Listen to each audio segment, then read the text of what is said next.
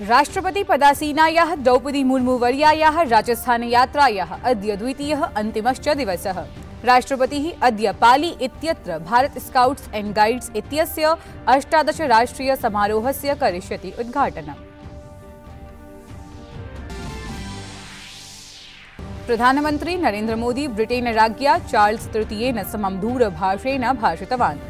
सफल नेतृत्वाय शुभकामनां प्रदत्तवान्। जलवायु परिवर्तन विषये उत्थापिताः पदक्षेपाः, जलवायु विविधतायाः संरक्षणोर्जा प्रेषणाय वित्तीय व्यवस्था सदृशेषु परस्पर हितविषयेषु चर्चा जाता।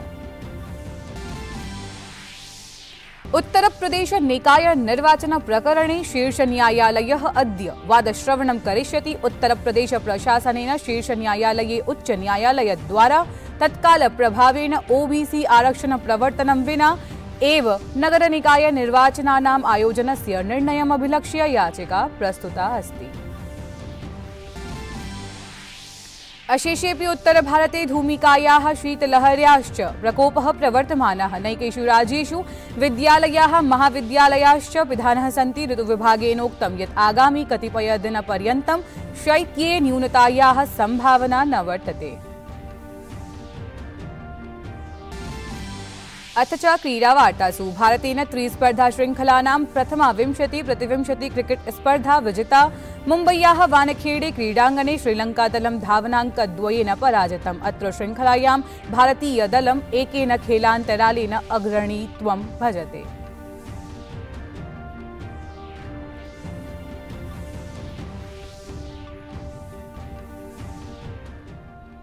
अभिवादये, अहमस्मि ऋचा। अत्र भवतां स्वागतम् एतस्मिन् डीडी न्यूज़ वार्ता प्रसारणे।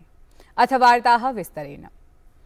राष्ट्रपतेः द्रौपदी मुर्मोः राजस्थानयात्रायाः अद्य द्वितीयम् अन्तिमं च दिनमस्ति। राष्ट्रपतिः अद्य पाली जनपदे रोहटस्थले भारत स्काउट्स एंड गाइड्स इत्यस्य 18 राष्ट्रीय समारोहस्य उद्घाटनं करिष्यति। एषः समारोहः जनवरी मासस्य दशमदिनाङ्कं यावत् प्रचलिष्यति।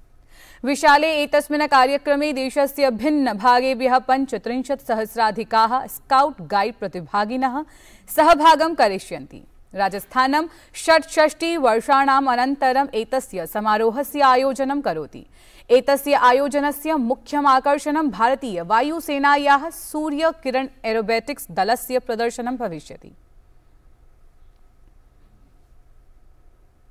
प्रधानमन्त्री नरेन्द्र मोदी ब्रिटेन राज्ञा चार्ल्स तृतीयेन समं दूरभाषेण भाषितवान्। ब्रिटेनस्य राजपदारोहणस्य अनन्तरं राज्ञः चार्ल्सस्य प्रधानमन्त्रिणा मोदिना समम् एतत् प्रथमं दूरभाषिकं सम्भाषणमस्ति।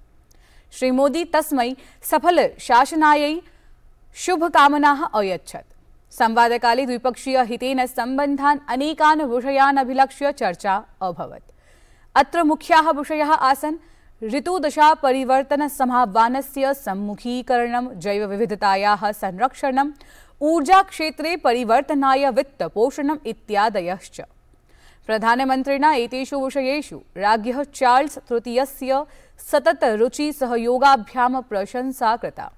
श्रीमता मोदिना ब्रिटेन राजा G20 अध्यक्षत्वेन भारतस्य प्राथमिकता विषये विज्ञापितः। अपि च मिशन लाइफ इत्येतस्य च प्रासंगिकतायाः विषये अपि वर्णितवान्। उभौ नेतारौ राष्ट्रमण्डलम् अभिलक्ष्य अपि विचारणां कृतवन्तौ। उत्तरप्रदेश निकाय निर्वाचन प्रकरणे शीर्ष न्यायालयः अद्य वादश्रवणं करिष्यति। उत्तरप्रदेश प्रशासनेन शीर्ष न्यायालये उच्च न्यायालयद्वारा तत्काल प्रभावेन अन्य पश्चवर्ती वर्गाय आरक्षण प्रवर्तनं विना एव नगर निकाय निर्वाचनानाम् आयोजनस्य निर्णयम् अभिलक्ष्य याचिका प्रस्तुता अस्ति। दिसम्बर मासस्य 5 दिनाङ्के उत्तर प्रदेश प्रशासनेन नगर निकाय निर्वाचनाय आरक्षण सूची प्रसारिता आसीत्। अत्र अन्य पश्चवर्ती वर्गाय अनुसूचित जाति अनुसूचित जनजातिभ्यां च आसनानि आरक्षितानि आसन्। केन्द्रीय वाणिज्योद्योग मंत्री पीयूष गोयलः अवदत् यत् प्रशासनस्य उद्योगानां च युगपत् प्रयासैः पादत्राणचर्मयोः क्षेत्रे अस्माकं देशः विश्वे अग्रणीं भवितुं क्षमः अस्ति। श्रीगोयलः नवदिल्ल्यां चर्मनिर्यातपरिषदः राष्ट्रियनिर्यातोत्कृष्टता पुरस्कारसमारोहे सभां सम्बोधयति स्म। अत्र केन्द्रीयमन्त्रिणा पीयूषगोयलेन राज्यमन्त्रिणा अनुप्रिया पटेलेन च पुरस्काराः प्रदत्ताः। हिमाचलप्रदेशस्य 14 विधानसभायाः शीतकालिकसत्रमद्य धर्मशालायाः तपोवने आरप्स्यते। अस्मिन् सत्रे आहत्य 3 उपवेशनानि भविष्यन्ति, यानि अस्मिन् मासे 6 दिनाङ्कं यावत् प्रचलिष्यन्ति। अद्य नवनिर्वाचितविधायकाः शपथवचनं स्वीकरिष्यन्ति। तत्रैव श्वः अध्यक्षस्य निर्वाचनं, राज्यपालस्य अभिभाषणं च भविष्यति। सत्रस्य अन्तिमे दिने सदने राज्यपालस्य अभिभाषणमालक्ष्य चर्चा भविष्यति, अपि च धन्यवादप्रस्तावः अभ्युपगमिष्यते। अष्टाधिकैकशततमस्य भारतीय विज्ञान कांग्रेस इत्यस्य उपवेशनस्य आरम्भः जातः। प्रधानमन्त्री नरेन्द्र मोदी राष्ट्रसन्त तुकडोजी विश्वविद्यालये दृश्य श्रव्य परान्तर्जालीय माध्यमेन एतस्य उद्घाटनं कृतवान्। सः महिलानां विकासाय विज्ञानस्य विकासविषये उक्तवान्। जब साइंटिस्ट अपने प्रयोगों से गुजरता है तो उसके मन में यही सवाल रहते हैं कि क्या इससे लोगों का जीवन बेहतर होगा या उनकी खोज से विश्व की जरूरतें पूरी होगी।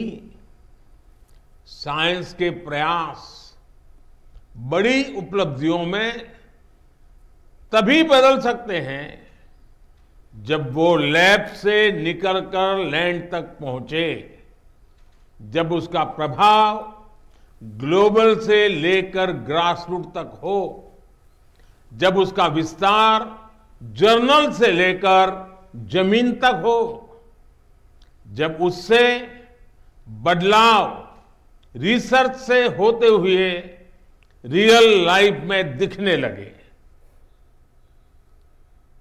जब साइंटिस्ट अपने प्रयोगों से गुजरता है तो उसके मन में यही सवाल रहते हैं कि क्या इससे लोगों का जीवन बेहतर होगा या उनकी खोज से विश्व की जरूरतें पूरी होगी।